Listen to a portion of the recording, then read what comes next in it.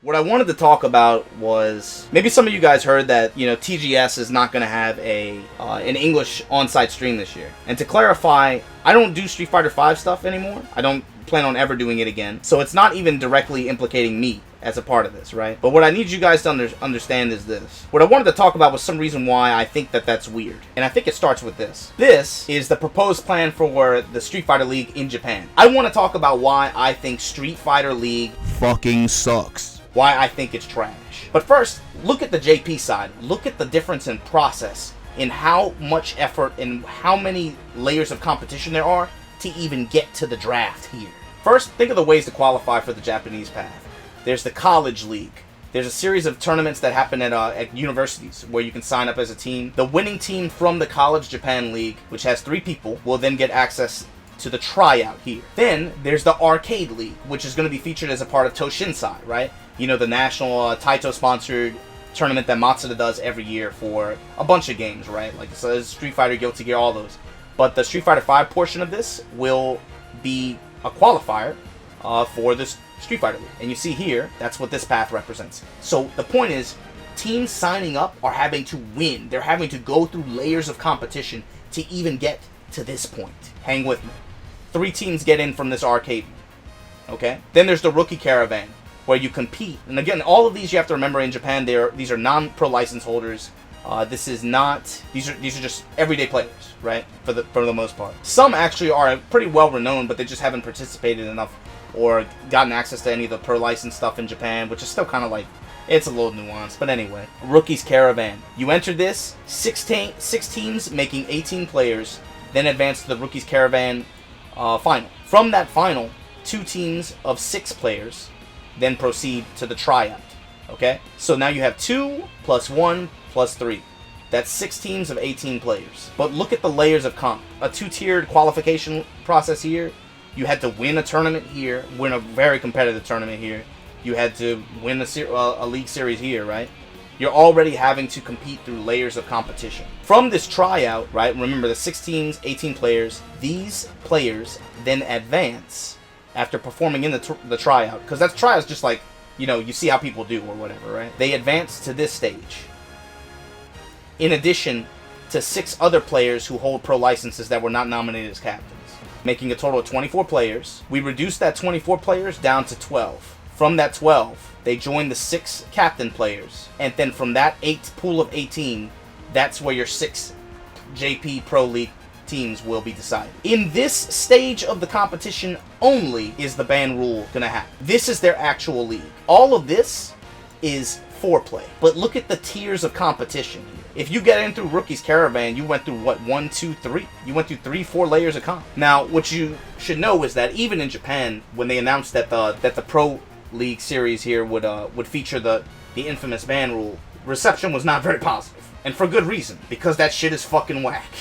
That shit is whack as fuck. What I want you to think about, though, is look at this map. Look at this competitive roadmap here. That, again, speculation, right? I don't know anything. I don't actually know anything. If I had to guess, the reason why doing something like this in North America would be more difficult to execute than in Japan, I mean, the reasons for that should be obvious. America's a lot bigger, right? For the JP League stuff, I mean, if most of the players are in Tokyo and they run it on a weekend, that's not even a big deal. Everybody come through to Tokyo this weekend. We'll see that everybody just goes to the same venue. It's not a huge deal. Whereas America, it's a lot larger. Logistics come into mind. Okay, am I going to have to fly in these people from New York? How's this going to work? There's a lot more to figure out, is what I'm saying. But what I want you to compare this to is this. 16 captains from CPT 2018. Nobody has issues with that, I think. 6 online warriors from online qualifiers. A lot of people net play. Not a huge deal breaker. 6 crowd favorites from community votes. That's it. That's your draft. Your draft pool is that. Compare that to the layers of comp that I just showed you that's happening over here. Now, the reason why I point that out is not to shit on anybody in it. That's not what I'm saying. What I'm saying is it's naturally more developed. This one is naturally a little bit more developed, a little bit more compelling. You have CPT going on right now. The league happened within a week for the North American one. And now you have to assume our team is already decided. That's going to happen alongside Capcom Pro Tour Finals. Wouldn't one kind of take away a little bit from the other, is my concern. The big thing is this. One of the reasons why I think that Street Fighter League is not interesting and is not compelling and is just fucking garbage is because fundamentally, I think the ban system is fucking stupid. And I think that more disturbingly, I think the implications of it are really bad. When you have a system like this for a fighting game, what it tells me is the company does not have faith in A, the game, B, the players, C, the production staff. The company does not have faith in these three parties as they are to entertain. It's like they don't even have faith in their own game. They don't have faith in their community. They don't have faith in their personalities to be able to deliver compelling content. So it's literally, the way it feels to me is like somebody coming from another like maybe like, you know, some kind of like a MOBA background or something like that, literally throwing shit at the wall, trying to make a gimmick that people will watch for. That's honestly the way it feels to me. And you know, a lot of defenders of this system will say stuff like, you know what, but it makes it more interesting, especially now because you can't ban the same character. Listen, bro, Jam said it perfectly. No one can say it better than this. When did this person winning with this character become a bad guy? I mean, I don't want to watch this dude having to learn secondary, tertiary characters because, you know, of a ban rule. That's not interesting to me. That doesn't speak to me on any level. It's not. That's what kind of disturbs me about it. Why doesn't the company have faith in the game? Why doesn't the company have faith in the players? Why doesn't the company have faith in personalities? Because that's what this system looks like to me. Also, another point that you have to consider, I think, is Capcom Pro Tour. Earlier this year, Capcom opened up a new office called Capcom Media Ventures. Their goal is something you should be aware of. They've restructured their esports and media licensing businesses, creating Capcom Media Ventures. Capcom Media Ventures will handle all esports efforts outside of Japan, including Street Fighter V, Capcom Pro Tour. Los Angeles-based company will also oversee entertainment licensing for productions based on Capcom's myriad game franchises. Long story short, most of the licensing, most of the business stuff, and mind you, this is all stuff that I've just literally speculation and research on my own. I don't actually know anybody doing anything with this shit, but I read and I pay attention. There's nothing inherently wrong with this kind of thing. But what I think when I watch and when I think about stuff like what happened with TGS, if you don't know, it's not a premiere, it's a super premiere. There's 1,018 people signed up for the tournament, and to be fair, the tournament at TGS has had increasing, I think, profile over the course of I'd say over the past 5 to 6 years, like for sure. The TGS tournament almost always ends up being like a late year kind of one chance tournament for some players that don't get a lot of travel opportunities. Hey man, you go to TGS and you get it done, you can make something happen. And the tournament last year was really well run. I think it had like 780 entrants or something like that. But at this point, 7 to 8 years in a row, TGS has gone on. It's always been a really big CPT event. They've usually always had like some kind of stream or media presence there, Japanese and English speaking, mind you. Last year, Kenny Omega was on commentary. You know, what other CPT event was that done at or even possible, right? Other than C Major, and he gets final round that one time or CEO that one time. This year, there will not be an English stream for it. Sorry.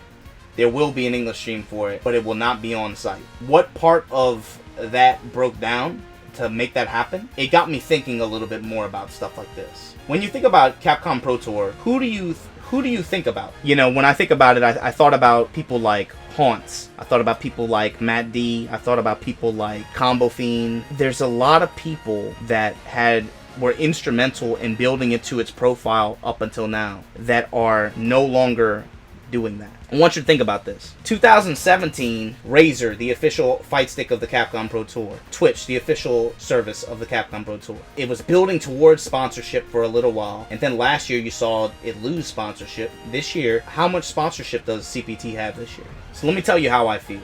I wonder, when I see something like this, where think about what so much of the conversation with CPT has been for a while now, especially with some of your favorite personalities and commentators, right? A lot of them always talk about, man, it would be so cool if we could incorporate this into the broadcast. It'd be so cool if we could have, you know, analysts that would, you know, Seijan give him his pen, and we could just have, we should get this. Let's get a dynamic camera shot around the venue.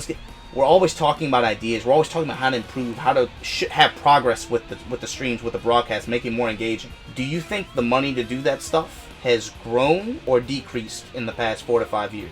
just based off you watching events. What would make it the progress kind of slow down or stop like that? Hell, they just dropped 90K on the Street Fighter League. It's not like they don't have it. Hell, Tekken World Tour seems to be getting tour sponsors. It seems to be pretty, I'm not gonna say it's easy, but it seems like it's a platform you can sell. Tekken World Tour, we were shitting all over them 8-9 months ago. Ranchu got $7,000 for winning that shit. Now look at him, complete turnaround. You mean to tell me that Tekken World Tour can get sponsors for the tour, but Capcom can't for Street Fighter? Does that sound right? I'm gonna tell you what I think. I don't think Capcom has faith in CPT anymore. That's how I feel. That's what it looks like to me. I think the people running it right now, they look at CPT as kind of a stephead, a redheaded, stepchild. They weren't instrumental in developing it. It's not their kid. They don't care about it. I might be wrong. I might be way off base here. I think for them, they view Street Fighter League as a more lucrative, more marketable project for them. And it's probably closer to something that they would want to align themselves with and be able to bolster. I mean, just think about it. You go from Street Fighter League Season 1, where it was, what, $20,000 or something? $30,000 or something like that? You then triple the prize pot next time? I think that they value Street Fighter League more, and in the future that they're going to invest more into it and try to bolster that. I don't think CPT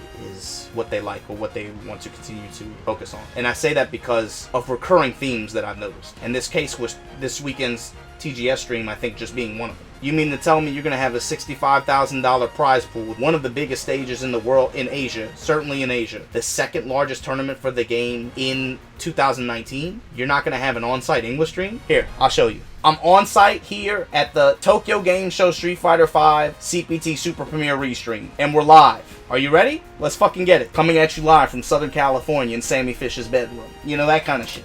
To be fair, that bed is sick. That bet is godlike. I think that they stand to gain, personally, I think they stand to gain a little bit by doing this. They cut some costs that maybe they feel they're not seeing ROI on. They think maybe most people won't notice or won't complain. It won't be a big deal. That's what's been swirling around in my head when I think about the current state of that game and its competitive roadmap. They want to focus their attention on another platform, and I think that platform is Street Fighter League. So regardless of how you feel about it or not, I think that's what you're looking at. The budget has, if anything, stagnated for a lot of these productions. Demands are higher, if anything. So what does that mean? That means less innovation. That means less ability to try new things. That means the things that people have been talking about for a while now. Some of the stuff that I mentioned a little while ago of we want interviews, we want a roaming cam, we want this, all these things that would go so far, I think, to make our broadcast a much more interesting. I don't want to say it this way, but this is the way you have to think about it. This is just make our broadcast a more interesting product. Really, it can't happen with the way that it is right now. And again, I could very well be talking on my ass here. Don't take what I'm saying for face value. Don't take it as gospel or anything like that. But I'm just telling you what I think and what I see. And a lot of this, I don't really have access to any inside info or anything like that. This is just how I feel, given what I've seen, what I know, and just the trends. This is just, I think, where it's going. I think there's certain things that company wants to focus on, and I don't think CPT is one of them. That's just what I'm thinking. Sounds about right. Maybe it is, maybe it isn't. I don't know. But hey, if you disagree, you agree, let me know in the comments below.